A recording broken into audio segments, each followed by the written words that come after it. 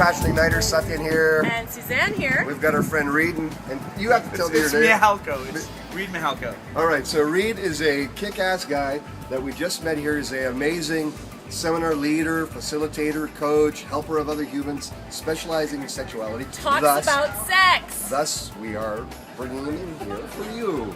So, Reid, please, we were just jamming, and I said, well, passion is, and he asked me, what do you think is an important thing about? Yeah, I asked what do you think the people that are watching are struggling with the most? And you go, We said polarity. and I'm like, oh, you're not gonna like what I have to say about polarity, and you're like, no, tell us. I want to hear it. I want to Okay, hear it. so this is all my opinion.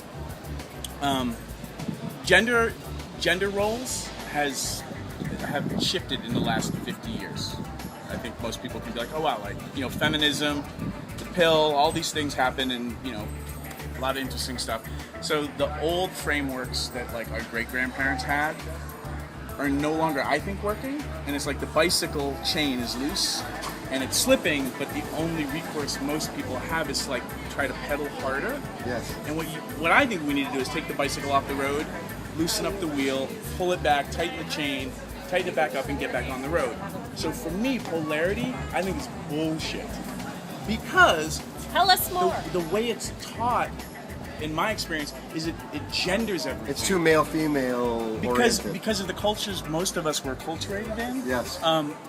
If I say men and women, and I'm talking about teaching romance, how to be more romantic, and I talk about men are this and women are that, most people, maybe not your peers, but most people pull in all the gender baggage and carry it into the relationship. Yeah, got it. So for me, I think of polarity more like jazz, and relationships and sex is more about riffing and jamming with each other, not about, well, the trumpet player is always the lead. Yeah. So for me, relationships and gender dynamics and what I would talk about polarity is more of a who wants to lead this set, but what's the melody that you're playing? Yes. And are you guys on the same sheet music here? Absolutely. So the way that and I love David Data and I hate him at the same time, right? But the polarity piece, I think most people they start mapping how they were raised into what polarity is, and I think that I just try to come at it from a different angle. So for those of you who are watching who are oh, I would like to be more romantic for my partner, don't make it a guy-girl thing. Make it the way that I teach it, cats and dogs, which makes it playful. Yeah, I like that. Who's the cat? Who's the dog? Exactly. And I'm sure there's a penguin and a rhino running around, but let's keep it simple for now. The idea of what a cat finds romantic is forethought. Anything that proves that I was thinking about you before you walk in the door. Oh, how thoughtful, warm and fuzzy. Nice. And for dogs, people are oriented like dogs around romance. What is romantic is anything that tells you, and I'm a dog, by the way, good dog. So when you affirm and acknowledge me that I'm doing a good job, oh my God, I open up, I get warm and fuzzy. Now the irony, and some of you may understand this already, is that dogs are not thinking about you until they hear the keys in the door. Oh, yes. If you actually own a dog, dogs aren't really sitting by the door waiting for you at the end of the day. They're doing whatever they're doing. And then when they hear the keys in the door, oh my God, you're home. Best day ever. Yes. You Not mean very they're showing up, they're when you say the keys in the door, do you mean that they're coming there? That When you they know that hear they're you, there? if I'm a dog, you're a cat. Right. I'm not thinking about you until you walk in the room. Not very romantic to a cat. So when a cat calls, when I'm dating somebody who's a cat, and they call me at work, and they're like, hi, and I'm like, what's up? Is everything okay? Just calling to tell you I'm thinking about you. I'm like, why? Because I wasn't thinking about you. Got it.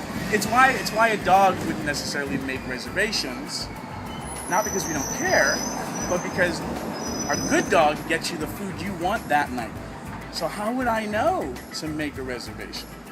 And the real idea about it and underneath it is we're all a little bit of cat, we're all a little bit of dog. But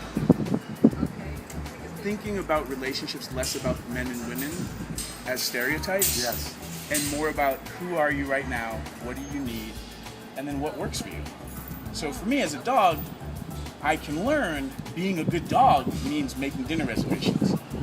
So I can train myself to do the forethought and from a cat's perspective, you can start to acknowledge and understand.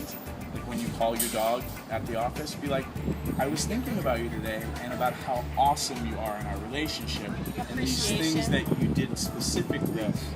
Good dog. Rather than making it about men and women where people bring it back. That is awesome. Thank you. Well, how can people find out about what you do, what your events are, where you speak, all of that? So I have two websites. One, there's a bunch of free training videos on relationship geekery at relationship10x, the number 10x.com.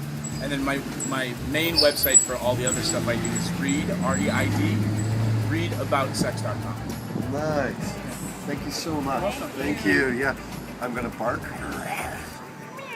Let me guess which one is your Yeah. Not always though, because I can bark too. Ignite passion now. Everything else can wait. Yeah.